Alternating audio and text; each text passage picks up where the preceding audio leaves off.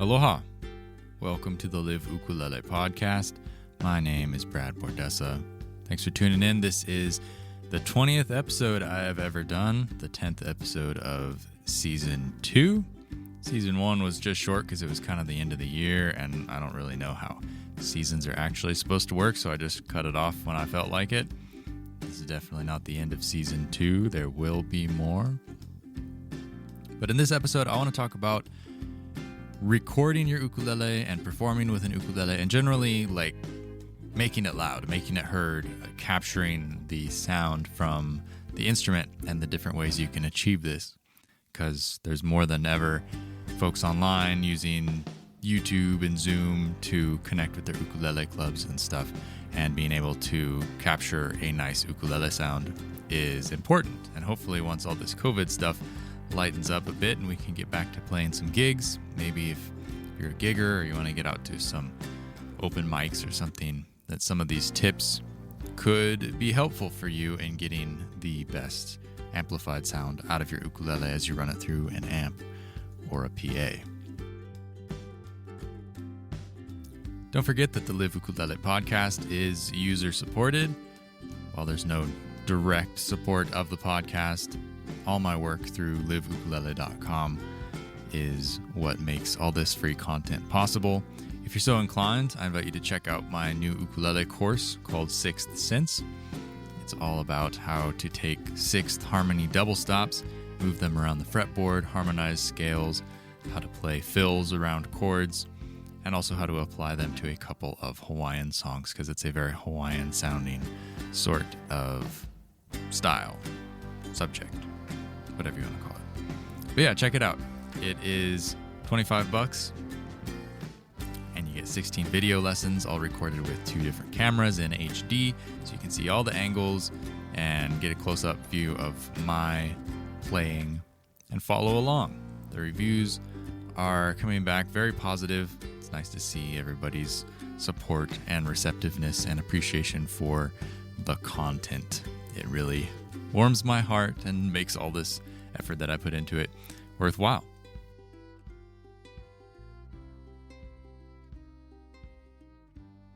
When you start amplifying your ukulele, there are a couple ground rules that you need to understand. There's basically 2 styles of doing this. And one is capturing it with a microphone, and the other is capturing the sound with a pickup, which would be installed in your ukulele or stuck to your ukulele.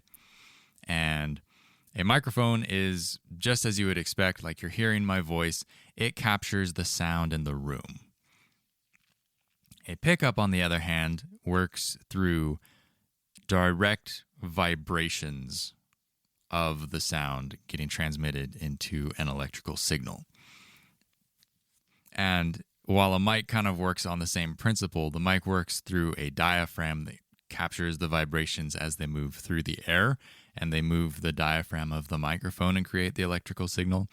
With an ukulele pickup, it's actually the physical movement of the wood and of the instrument that get transmitted into sound.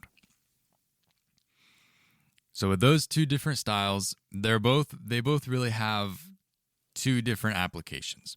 If you want the best sound, you're going to want to use a microphone, in my opinion. There's no substitute for capturing a microphone signal of an ukulele, be it on stage or in your house. And certainly with Zoom and stuff, we'll talk about pickups on Zoom and computers in a minute. But certainly with Zoom, it's easiest and probably going to sound best if you just use some sort of a microphone to pick up your ukulele. On the other hand, pickups are more practical in a live environment. With a pickup, you have a lot more control over feedback. If you're plugged into an instrument cable, you can walk around the stage and you can still create sound on your ukulele. Whereas if you're using a microphone on stage, there's a lot more variables, and while you can still get a better sound with a microphone, you're anchored in place around that microphone. You have to stand in one spot and keep a relatively static distance between you and the microphone so that the sound stays the same. And also, when you're running a mic, you kind of need a special or a thoughtful PA setup, and you need a thoughtful sound engineer who knows what they're doing in order to avoid squealing feedback from the microphone or any kind of other problems that would come with the microphone. It's a lot easier for a sound guy who doesn't really know what they're doing to just plug you in with a 1/4-inch jack and turn your ukulele up. You're not going to really feedback. And even though the sound isn't quite as good, it's a lot more predictable and practical for a live environment. So basically, that's the line down the middle, is that if you are recording or you're in your house or you're in a controlled environment, a microphone is going to sound better. Whereas if you are playing live or in an environment that you can't really control, or you want to move around, that would be the other consideration. Then you probably want to use an ukulele pickup. So enough blabbing.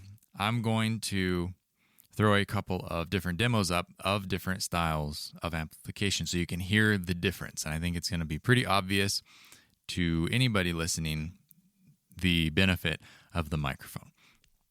So here I am playing a track into my Neumann KM184 just with that microphone.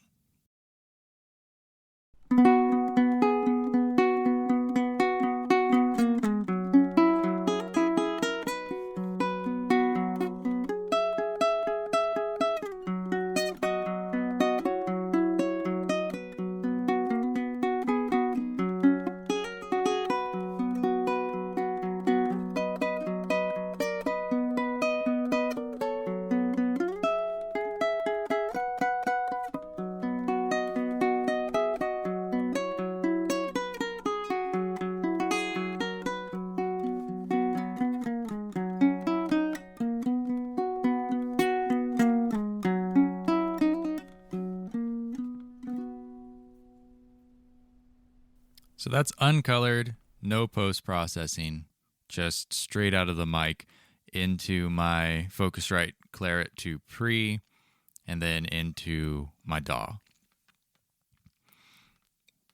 This next bit I'm going to throw up there is a DI signal, which is a direct instrument signal or a direct in signal, straight from the pickup on my Morbetta. This is my Morbetta ukulele, and it's actually tuned down half a step, which is why it sounds a little bit lower than most ukuleles. The plug-in, which is an LR Baggs Element. It's not the 5.0. I changed it out a little while ago. Wrote a post about it if you're curious. But it's the LR Baggs Element, direct in, no processing.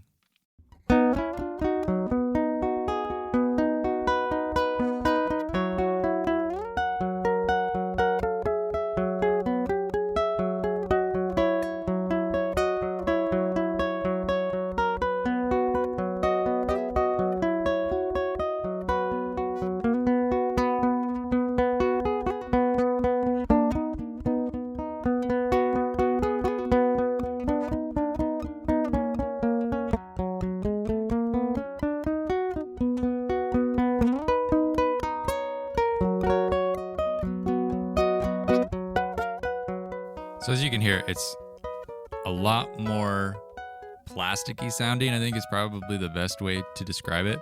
And in my experience, this is across the board what happens into computers when you plug a pickup straight in. There's just no life to it.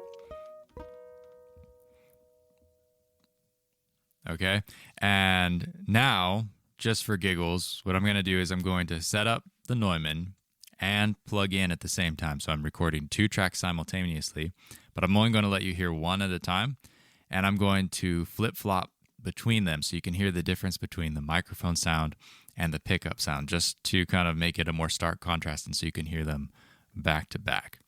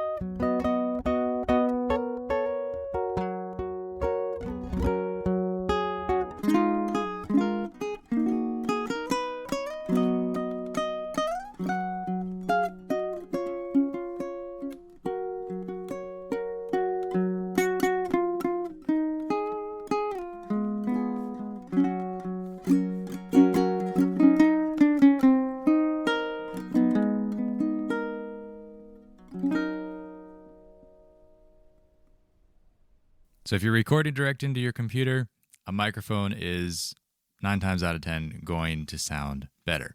And keep in mind, this is without any processing. So if I did tune the EQ up a bit and or use some of my pedal magic, I could probably get the pickup sound to be a lot better. Just a little bit of reverb and stuff would really bring it to life and make it feel like it was more alive. Because, right, as it is flat, it's very dead. But you've got to think that for most people recording into an interface or into their iPad or whatever it might be, that there won't be any middleman processing, especially if you're streaming onto Zoom or YouTube or whatever it may be. So keep that in mind, that out of the box, the best way to get a good sound is with a microphone when you're going into a computer. So in that clip, the microphone was first and last, if you had a hard time distinguishing between both of them. You know, I'm kind of bagging on the pickup here because it doesn't sound as good recorded direct into a computer. But a really interesting thing happens when you're live, is that you plug into your mixer or whatever, your PA, and you amplify it, and the sound comes out of the speakers. The sound that comes out of the speakers and exists in a space, all of a sudden the pickup sounds way better. Like if you were to put me on stage and I plug in my ukulele and I use my pedal to get the best possible sound out of the instrument, it sounds like its own kind of alive. It's not as crisp and clear and articulate maybe as a microphone would be. It feels like music. It doesn't feel like a piece of plastic like it does when you record it direct. So having the sound come out of a speaker somewhere is a huge part of the pickup sound. And that's something to keep in mind, is not just that pickups suck and they always sound plasticky and bad and flat. Because if you plug them in and you do some processing on them, they can sound really, really good. But a huge part of that is having the sound exist in a space, I believe is what it is. Is you get the character of the speaker, but you also, because a microphone hears what's happening in the room. It hears the actual sound waves as they exist, and it's hitting the diaphragm of the microphone. You can think of your ears kind of as the same way, as they're basically just diaphragms. Your eardrums hear the sounds and they move in and out slightly to capture the vibrations and to turn them into your hearing. So it makes more sense that when you hear an ukulele recreated via a speaker as its mode of amplification, that it would be a little bit more believable and that your ear can interpret it in a different way. And so to kind of show you what I'm talking about, I'm going to try something that I haven't really played around with before. I'm going to record with my Neumann. I'm going to plug my ukulele into my PA system, completely flat, no tricks or anything. But I'm going to put the mic in the room and then stand in a different room and play and see what the mic hears coming out of the speaker and see if that changes the presentation of the pickup just by having the speaker and the room involved and capturing the sound with a mic instead of with a 1/4-inch plug straight into my interface. So now the microphone is going into the interface and the microphone is picking up the PA. But you're still basically hearing the pickup of my ukulele is the main sound that is going to be captured here.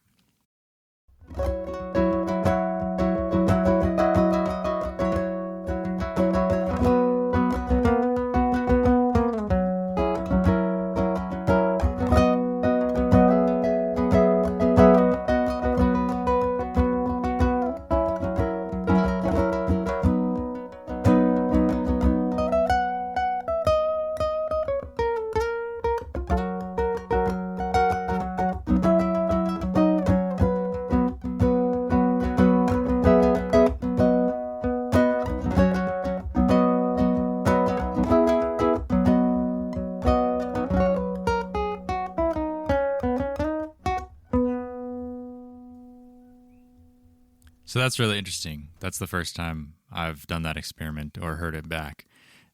I feel like it's a lot more plasticky actually than I expected. It's kind of retains a lot of the quack, and maybe it has to do with where I've got my mic positioned, and that, the mic is pointed directly at the speaker. It's about 4 feet away, 3 or 4 feet away from the speaker. And in like a live situation, you're going to be further from the speakers, right? Even if you're on stage, you're probably the closest person to the source sound because you're listening to the monitor right on the floor in front of you. And so that's 6 or 7 or 8 feet away. Everybody in the audience is going to be even further than that. So perhaps it blooms a little bit more as it gets out into the space and further away from the speaker. That would be an interesting experiment. But to my ears, it is a significant improvement over the dry, direct sound of the pickup. So I wanted to bring that to the discussion because I think that it is a little bit overlooked sometimes, in that people say microphones are always best, which microphones are usually best, but the pickup is completely viable. But if you're new to plugging your ukulele in and you just did a Zoom recital or something and you're listening back and your ukulele sounds completely terrible because you plugged it directly into an interface or into your computer, that's probably why, is it hasn't had a chance to be out in a space and brought to life in that way.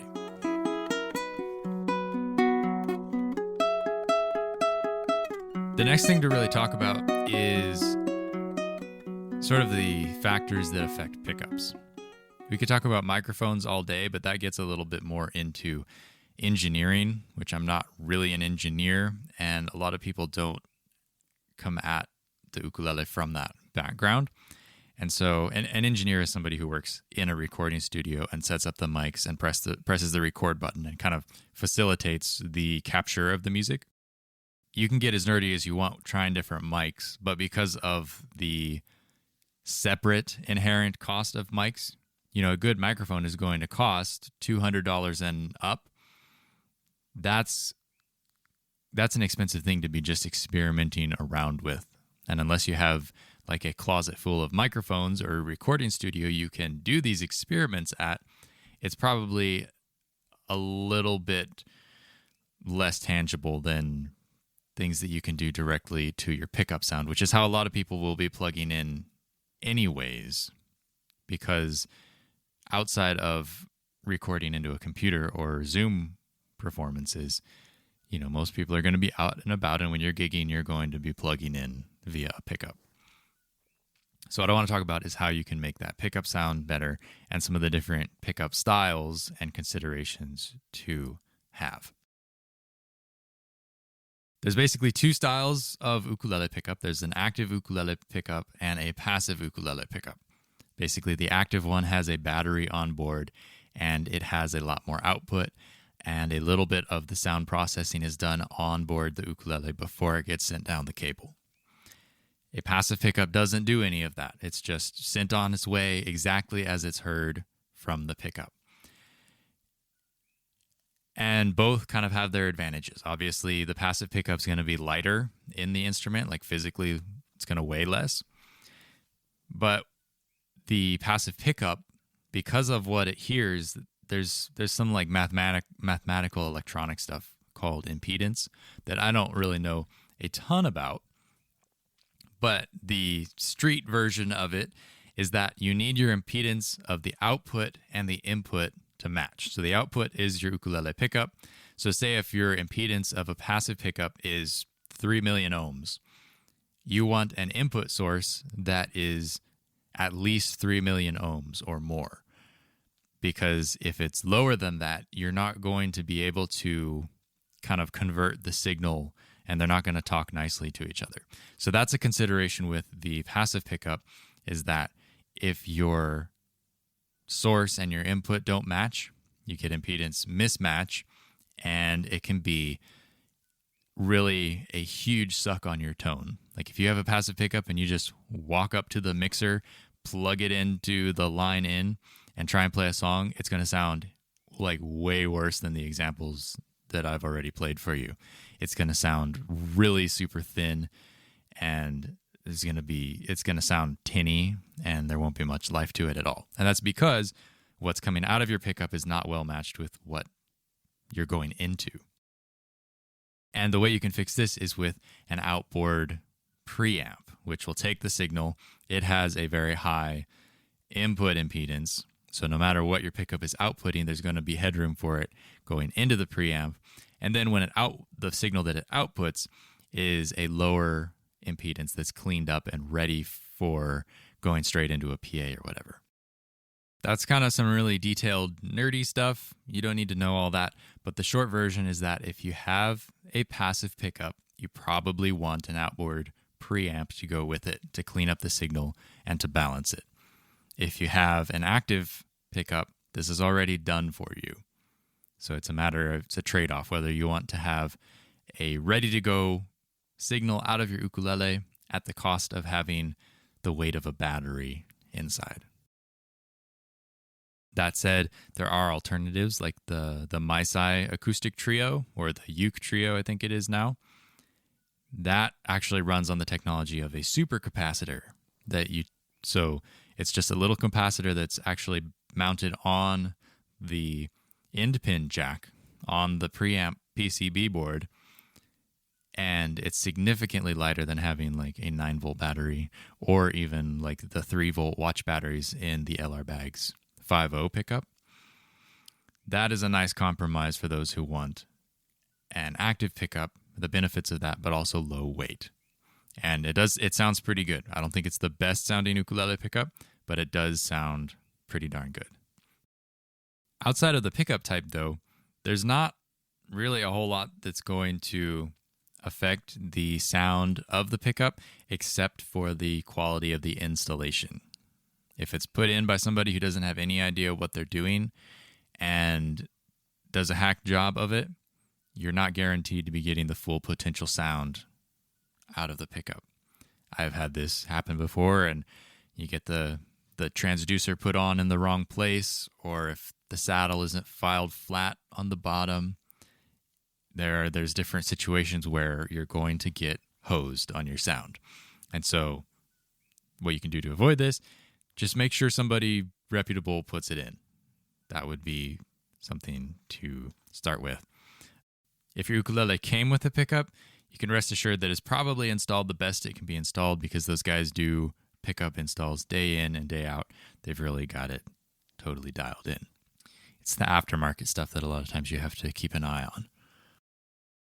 But outside of that, really what it comes down to is your skill and knowledge of how to process the sound. And this is where a lot of people kind of leave money on the table, in my opinion, with their ukulele playing, is they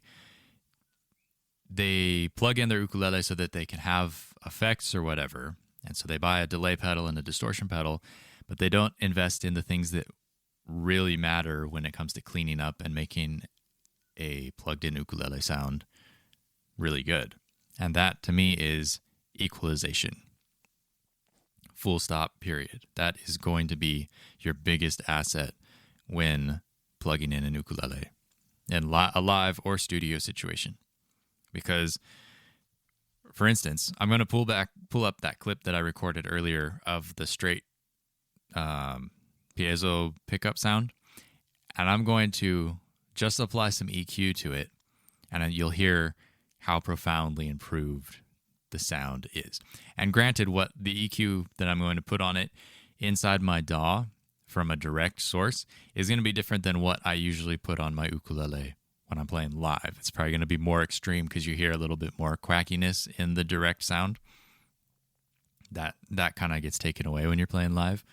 But the principles are similar. Having really controllable parametric EQ is what it's called. And a lot of times preamps come with a parametric EQ band. That's super key, in my opinion. If you don't have a parametric EQ at your disposal, your ukulele had better be freaking amazing coming out of your ukulele, because otherwise you really need that precise control that the parametric EQ gives you. But here we go. This is the same exact clip, just this time with equalization to try and balance out the frequencies and make it sound a little bit more realistic. I'll do the plain version before and then switch to an EQ'd version afterwards.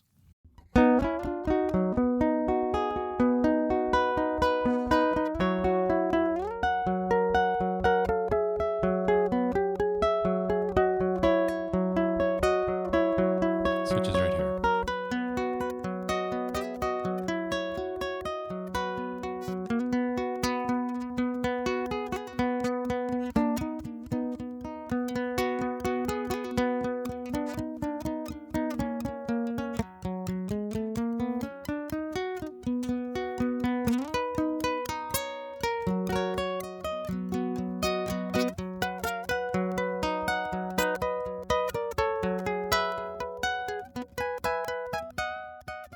So as you can hear, it's a little bit more bright and chimey, which is something that the stock pickup sound definitely lacks.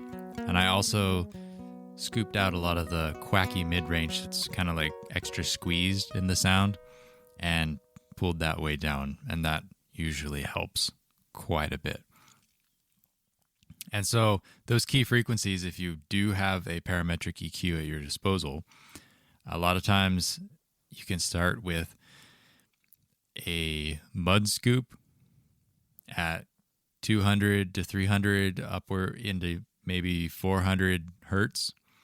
If you scoop out like 3 dB, a lot of times that helps a lot of different ukulele pickups just from being kind of muddy sounding.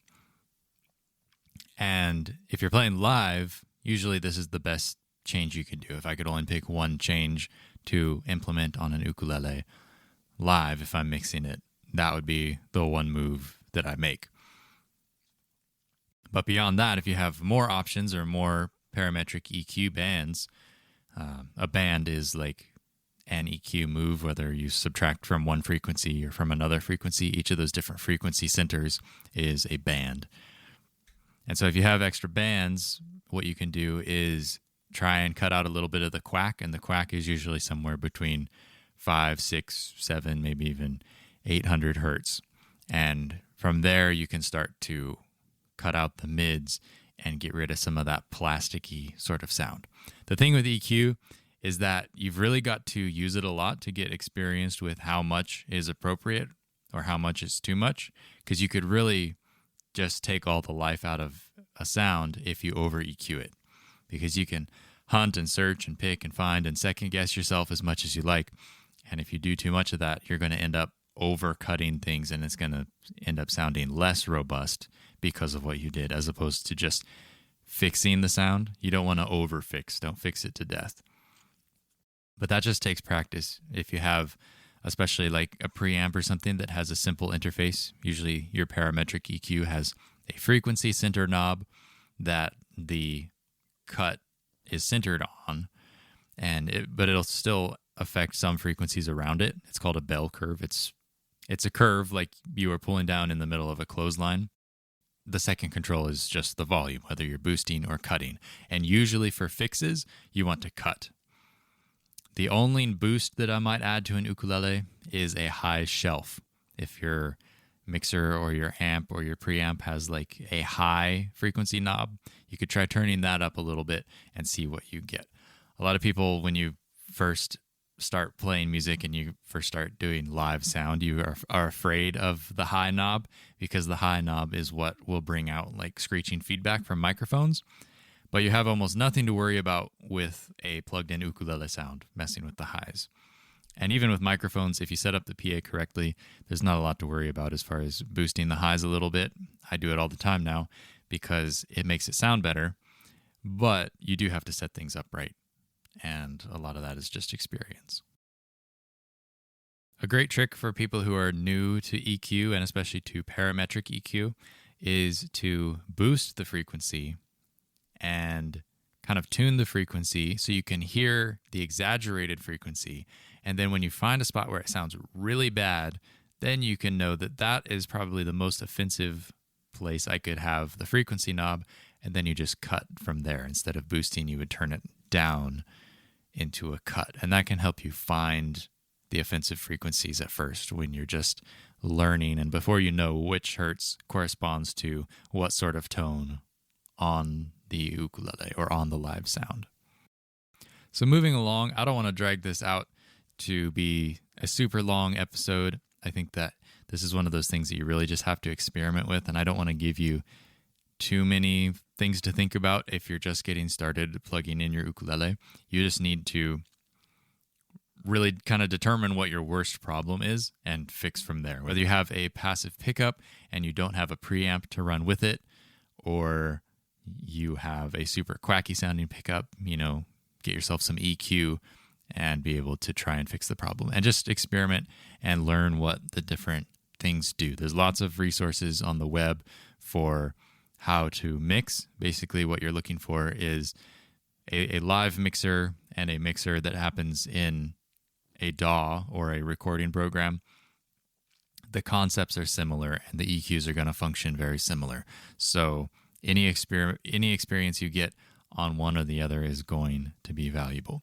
But I'll leave you with a couple extra tips as far as, bringing the sound even more to life. And I'm going to continue to work on this same clip inside my recording program because it's kind of like a worst case scenario.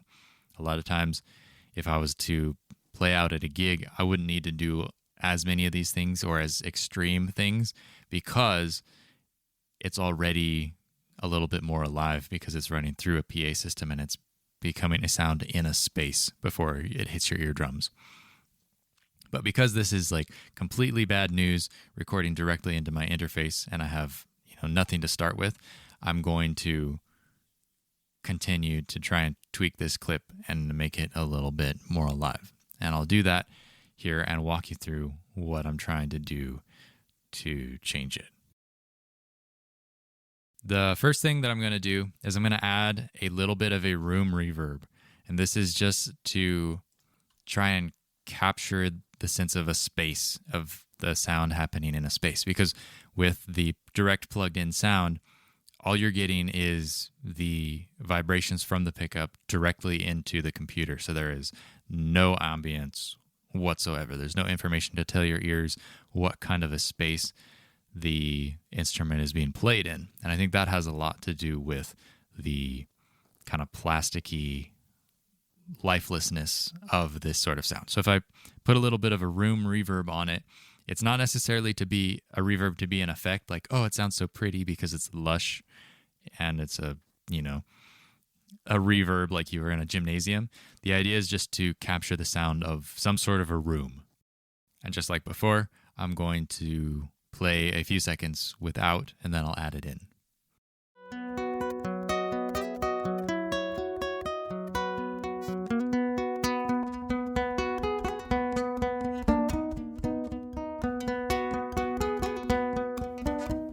If you're listening on headphones, you can kind of hear it scatter to the sides as the stereo spread of the reverb drops in. It's not a huge effect. It's hard to actually hear. It's more one of those things that you feel. It just feels like you're in a room with an ukulele more so than just a flat 2D sound.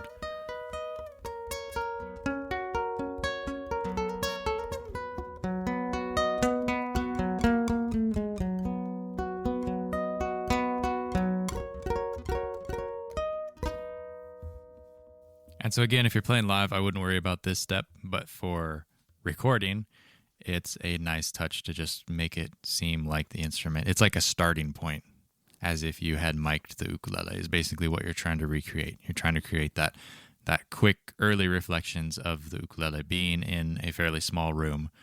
Like, oh, I recorded this in my living room. Well, it doesn't sound like it. It sounds like it's, painted on a piece of cardboard. You want it to sound reminiscent of the place you played the instrument originally. And from there, I would stack on top of that probably a more effecty reverb that you're going to hear a little bit. This would probably be like a hall sort of sound, and you hear it a little more. And this is something that I would probably add to a live sound as well, just to kind of give it a little bit of space, make it seem a little bit more interesting, and give it some depth.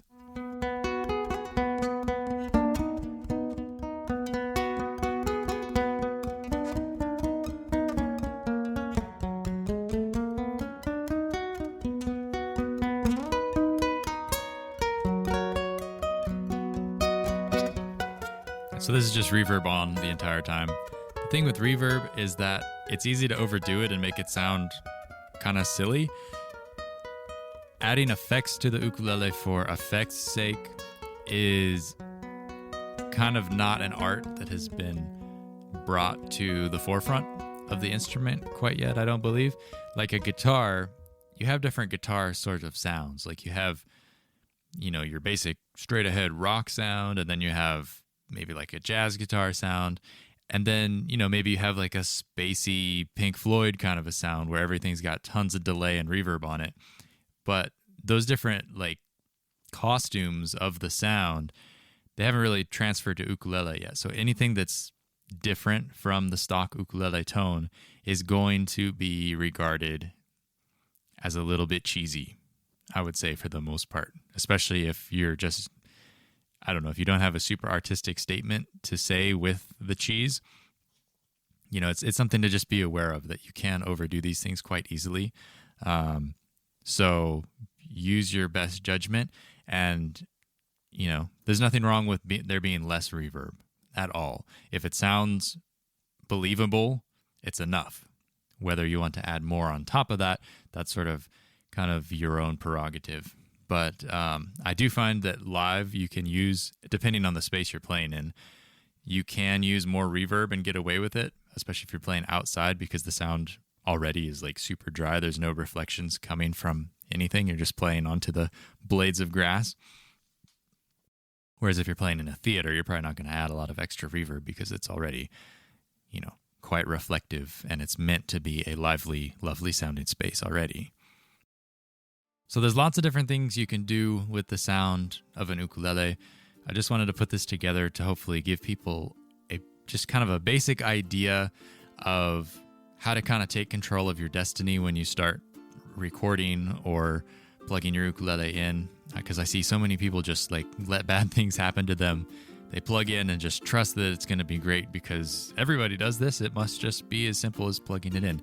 It's not like a refrigerator or something you plug into the wall and it just works. It just makes your food cold. You got to kind of work at it, and there's a little bit to know, a little bit to experiment with and learn compared to other kind of tech things that are already done for you. And the difficulty is that every single instrument is going to be different, and every single instrument is going to need slightly different EQ frequencies and slightly different cuts and boosts, and some ukuleles just might sound weird in one place and you have to correct in a different way from the next ukulele. And that's just part of the learning experience of how you can create that sound.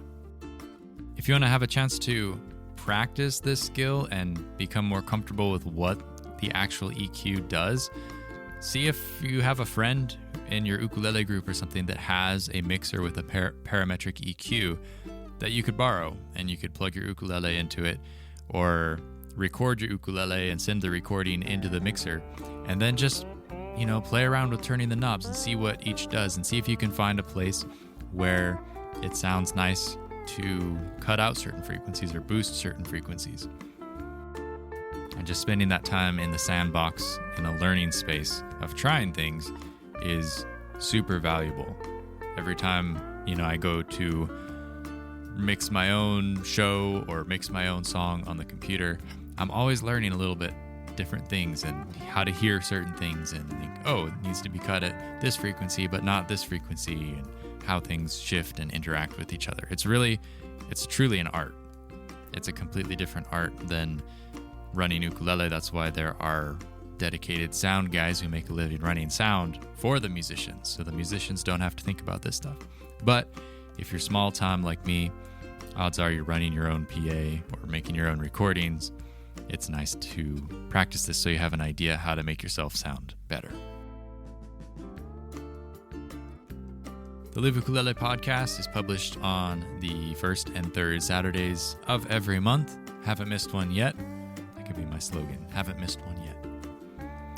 If you want to support the cause, support the podcast and the site and my free learning resources, please check out one of my ebooks or the new 6th ukulele course. I'm really happy with how it came out. And if you go to the website and click on store, you can find out more about it and how you can join in the learning. I'll catch you back here on the next episode. Thanks for tuning in. Be sure to subscribe on your favorite podcasting service. Be safe out there. Keep playing your ukuleles. And I will see you down the road sometime in the future. Aloha.